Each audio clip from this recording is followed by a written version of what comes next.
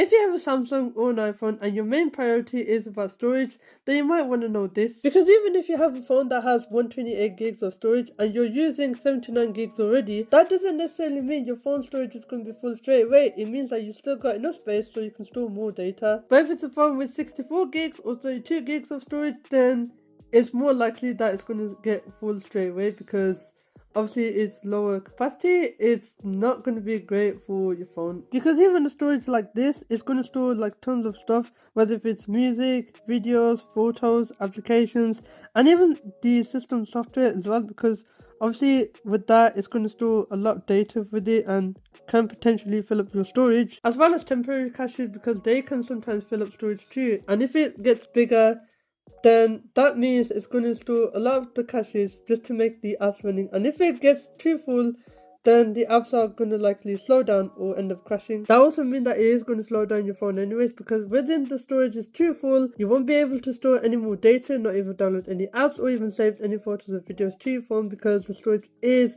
full and it's just not going to be good enough. And if you're going to free up storage, this is what you need to do, because sometimes applications can use up a lot of storage, but if you delete some of them, that will free up storage eventually. But if you have like photos that are blurry or videos that don't look right, and even the ones that are large, then you can delete some of that just to save up some storage. Now documents, I don't think you need to delete some of that, because obviously they're just smaller size. But if you have like a document that has large amounts of text, then that can potentially store a lot of data, which you can delete some of that.